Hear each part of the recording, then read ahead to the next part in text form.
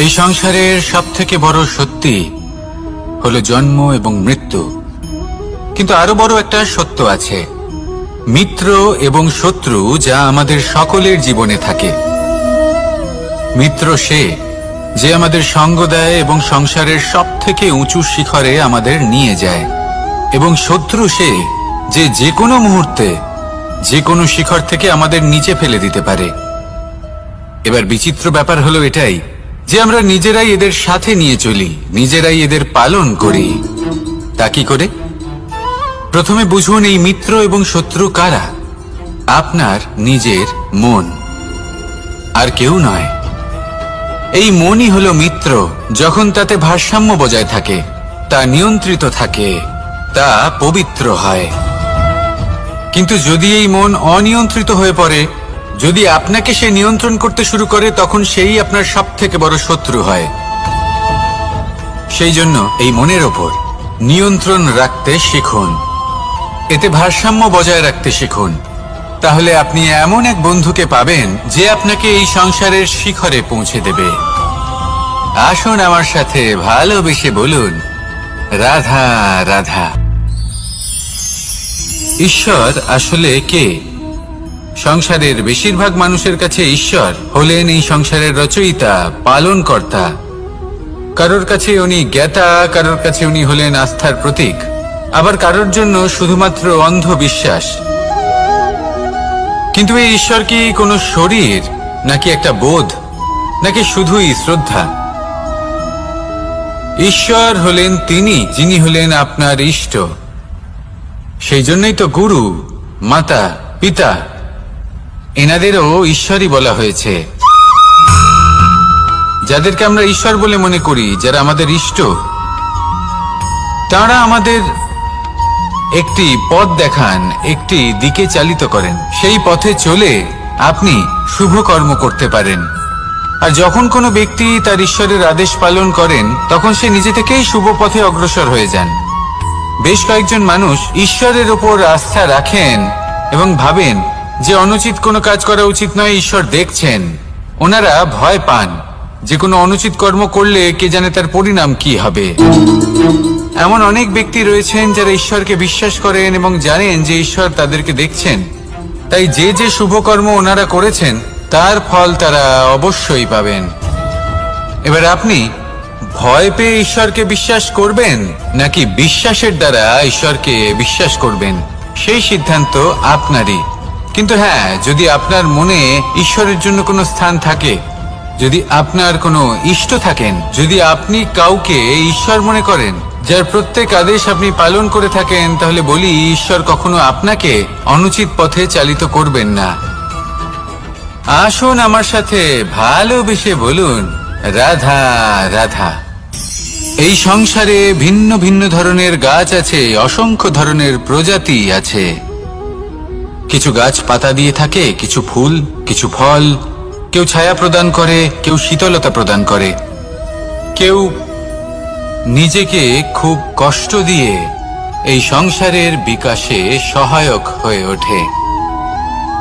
কিন্তু এই সবার মধ্যে একটা বিষয় কিন্তু সমান, এরা প্রত্যেকেই পাতা ছাড়া, ফুল ছাড়া, ফল ছাড়া জীবিত থাকতেই পারে, কিন্তু কোনো বৃক্ষই শিকড় ছাড়া বেঁচে থাকতেই পারে না। এটাই হলো রাধার। ঠিক সেইভাবেই আমাদের জীবনে শক্তি হোক, ধন হোক বা সাফল্য হোক, আমাদের বা আমাদের পরিবারের প্রসন্নতাই হোক, এই সব কিছুর আধার হলো, সবকিছুর মূল হলো পরিশ্রম। তাই জীবনে চিরকাল পরিশ্রম করতে থাকুন। যদি আপনি জীবনে মহান হবার পথে অগ্রসর হতে চান, তাহলে পরিশ্রম করুন। এই পরিশ্রম দ্বারাই নিজের পরিবারকে প্রসন্ন করুন, নিজের বন্ধুদের প্রসন্ন করুন, এই সমাজকে গর্বিত করুন। আসুন আমার সাথে ভালোবেসে বলুন, রাধা রাধা। কখনো কোনো বাগানের কোনো বৃক্ষকে দেখেছেন যেখানে সুগন্ধি ফুল থাকে, রসালো ফল থাকে? তখন মন প্রফুল্ল হয়ে ওঠে, মন থেকে সেই বৃক্ষের প্রতি ভালোবাসা জন্মায়। কিন্তু যিনি বাগানের মালিক, শুধুমাত্র তিনিই জানেন যে কিভাবে এই বৃক্ষকে আগলে রাখতে হয়, কিভাবে তার পরিচর্যা করলে এতে সুন্দর সুগন্ধি ফুল হবে, রসালো ফল হবে। কখনো কখনো প্রয়োজনের থেকে বেশি রোদ পেলে এই বৃক্ষগুলি শুকিয়ে যায়। প্রয়োজনের থেকে কম রোদ পেলেও এই বৃক্ষ কিন্তু শুকিয়ে যায়। প্রয়োজনের থেকে কম জল যদি পায়, এই বৃক্ষ শুকিয়ে যেতে পারে। প্রয়োজনের থেকে অতিরিক্ত জল যদি পায়, তখনও এই বৃক্ষের শিকড়গুলি নষ্ট হয়ে যেতে পারে। এবার এটাই কিন্তু আমাদের সংসারের সাথেও হয়। আমাদের সংসারের সকল প্রতিভাশালী ব্যক্তি, যেমন লেখক, বিচারক, প্রবক্তা, যোদ্ধা, এদের সবার ক্ষেত্রে এই কথাটাই প্রযোজ্য। যদি বেশি প্রশংসা করা হয়, তাহলেও এরা হারিয়ে যাবেন। প্রয়োজনের থেকে বেশি যদি নিন্দা করা হয়, তখনও তারা নত হয়ে পড়বেন। তাহলে আপনি এদের রক্ষা করুন এবং নিজেদেরও। মনে রাখবেন একটা কথা, জেনে রাখুন কখন কোন নিন্দায় আপনি লজ্জিত হবেন না, আর কখন কোন প্রশংসার দ্বারা নিজের মধ্যে অহংবোধ জাগ্রত করবেন না। এই মন সুপ্রসন্ন হয়ে বলবে, রাধা রাধা। সময় কত বিচিত্র হয়। সময় আমাদের পক্ষে থাকলে আমরা নিজেদের রাজা মনে করে নিই, আর সেই সময় যদি বিপক্ষে চলে যায়, তাহলে নিঃস্ব হতে সময় লাগে না। তাই মানুষের একটা অভ্যেস আছে, খারাপ সময়ের জন্য কিছু সঞ্চয় করা। আত্মীয়, বন্ধু খারাপ সময় পাশ থেকে সরে যায়। যশ, মান প্রতিকূল সময় চিরস্থায়ী হয় না। তাই মানুষ মনে করে অর্থ সঞ্চয় করাই শ্রেয়। অর্থের কোনো হৃদয় নেই যা সময়ের সাথে পরিবর্তিত হবে। সংসার বলে সর্বদা অর্থ সঞ্চয় করতে থাকুন। খারাপ সময়ে অবশ্যই কাজে লাগবে, কিন্তু আমি বলবো শুভ কর্ম করতে থাকুন, আনন্দে থাকুন, নিজের ওপর আর ঈশ্বরের ওপরে বিশ্বাস রাখুন। খারাপ সময় কখনো আসবেই না। রাধা রাধা। মানুষ নিজের পরিবারের জন্য কত কিছুই না করে, দিন রাত পরিশ্রম করতে থাকে, যাতে তার পরিবারের প্রয়োজন পূরণের জন্য অর্থ রোজগার করতে পারে। কিন্তু শুধু অর্থ রোজগার করাটাই কি যথেষ্ট? আপনি বলবেন, হ্যাঁ নিশ্চয়ই, অর্থ দিয়ে সব কিছু পাওয়া যায়, বিদ্যা পাওয়া যায়, বাড়ি পাওয়া যায়, ওষুধ পাওয়া যায়, আর কত কিছুই না পাওয়া যায়। এইসব একটা পর্যায় পর্যন্ত সঠিক, কিন্তু একটু মন দিয়ে ভেবে দেখুন, যখন কোনো শিশু অসুস্থ হয়ে পড়ে, তখন সে ওই তিক্ত ওষুধ কেন খেয়ে নেয়? এই জন্য কারণ ওর পিতা সেই ওষুধ অর্থ দিয়ে কিনেছে? না, বরং এই জন্য কারণ তার পিতা যে তার সামনে দাঁড়িয়ে, তার উপরে তার বিশ্বাস আছে। বিশ্বাস আছে যে উনি তার কিচ্ছু হতে দেবেন না। এই বিশ্বাস, এই সংস্কার, এই শিক্ষা কখনো অর্থ দিয়ে পাওয়া যায় না। এটা পাওয়া যায় সেই সময় থেকে যা মাতা পিতা তাদের সন্তানের সাথে কাটিয়েছেন। তাই জীবনে অর্থ অবশ্যই উপার্জন করুন, কিন্তু নিজের পরিবারকেও সময় দিন, আনন্দ পাবেন। রাধা রাধা। প্রকৃতি মানুষকে এক বিশেষ শক্তি দিয়েছে, অন্য জীবের থেকে বেশি শক্তি দিয়েছে, স্মরণ শক্তি। এই শক্তি মানুষকে অন্য জীবের থেকে ভিন্ন করে, ইতিহাস রচনা করার প্রেরণা দেয়, জ্ঞানকে বংশানুক্রমে এগিয়েও নিয়ে যায়। আর যারা ভুলে যান, অধিকাংশ সময় তারা উপহাস আর দয়ার পাত্র হয়ে যান। কিন্তু এটাই কি প্রকৃত রূপে সত্য? না। এই স্মরণ শক্তি মানুষের বিকাশের সব থেকে বড় বাধা হয়ে দাঁড়ায়, তার মনকে দূষিত করে দেয়। খারাপ অভিজ্ঞতা, কারোর করা বিশ্বাসঘাতকতা, কারোর কটাক্ষ বেশিরভাগ মানুষই ভুলতে পারেন না। আর তারপর প্রতিশোধ নিতে উদ্যত হন। প্রথমে সময় নষ্ট করেন প্রতিশোধের প্রস্তুতিতে, আর তারপর সময় নষ্ট করেন প্রতিশোধ নেওয়ার সুযোগ খুঁজতে। যদি সন্তুষ্টি পেতে চান, যদি জীবনে আনন্দ পেতে চান, তাহলে স্মরণ শক্তির সদ্ব্যবহার করুন। নিজের স্মরণ শক্তিকে চালনা করুন শুধুমাত্র ভালো কথা আর ভালো স্মৃতির দিকে। জীবনে আনন্দ পাবেন। রাধা রাধা। জীবন কি? এই জীবন আমরা জন্ম নিই, বড় হয়ে উঠি, আমাদের মা বাবা আমাদের পালন করেন, তারপর তাদের অর্থ দিয়ে আমাদের বাল্যকাল কাটে, আমরা আরো বড় হই, বিবাহ বন্ধনে আবদ্ধ হই, আমাদেরও সন্তান হয়, আমরা তাদের পালন করি, তারপর আমরা বৃদ্ধ হই, আর একদিন এই সংসার ছেড়ে আমরা সকলে চলে যাই। এটাই কি জীবন? আপনার মনে এই প্রশ্ন হয়তো অনেকবার জেগেছে, তাই না? এবার একটু জলের যাত্রাপথ লক্ষ্য করুন। সাগর থেকে বাষ্প হয়ে ওঠে এই জল, মেঘ হয়ে ঝরে পড়ে সে, তারপর নদী হয়ে আবার সাগরে মিলিয়ে যায়। কিন্তু কখনো এই প্রশ্ন করে না যে তার জীবন কি, তার উদ্দেশ্য কি। প্রতিটা মুহূর্ত বাঁচে সে, আর অন্যদের যতখানি সম্ভব সাহায্য করে। যখন সাগরে থাকে তখন অসংখ্য জীবকে জীবন দান করে। যখন সাগর থেকে বাষ্প হয়ে মেঘ হয়ে যায় তখন চাষিদের মনে এই আশা জাগায় যে ফসল আবার ফলবে। যখন বর্ষা হয়ে ঝরে পড়ে তখন এই শুকনো তৃষ্ণার্ত ধরিত্রীর তৃষ্ণা মেটায়। আর যখন নদীতে থাকে তখন তার পাড়ে নানান গাছপালার জন্ম দেয়। কিন্তু ভাবুন, জল কি কখনো এটা ভাবে যে তার জীবন কি বা তার জীবনের উদ্দেশ্যটাই বা কি? না, সে শুধু নিজের ধর্ম পালন করে যায়, আর যতটা সম্ভব সবাইকে আনন্দ প্রদান করতে থাকে। সেই জন্যই জীবনে কখনো এই প্রশ্ন করবেন না যে এই জীবন কি, এই জীবনের উদ্দেশ্য কি।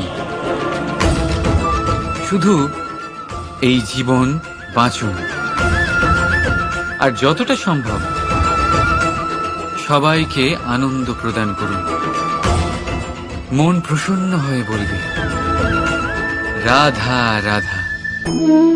কখনো বৃষ্টির জন্য হওয়া কাদার মধ্যে দিয়ে আপনি নিজের বাড়ি ফিরেছেন?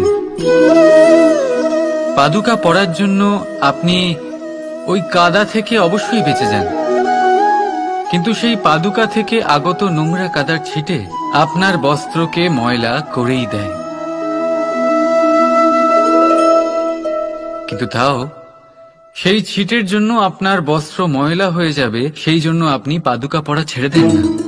ঠিক সেইভাবেই জীবনে এমন কিছু মানুষও আসেন যারা পাদুকার মতো হন, যারা আপনাকে কাদার থেকে বাঁচিয়ে নেন, কিন্তু বস্ত্ররূপী আপনার মনের উপরে আশঙ্কার দাগ ছেড়ে যান। এইসব মানুষের জন্য নিজের মন ছোট করার কোনো প্রয়োজন নেই।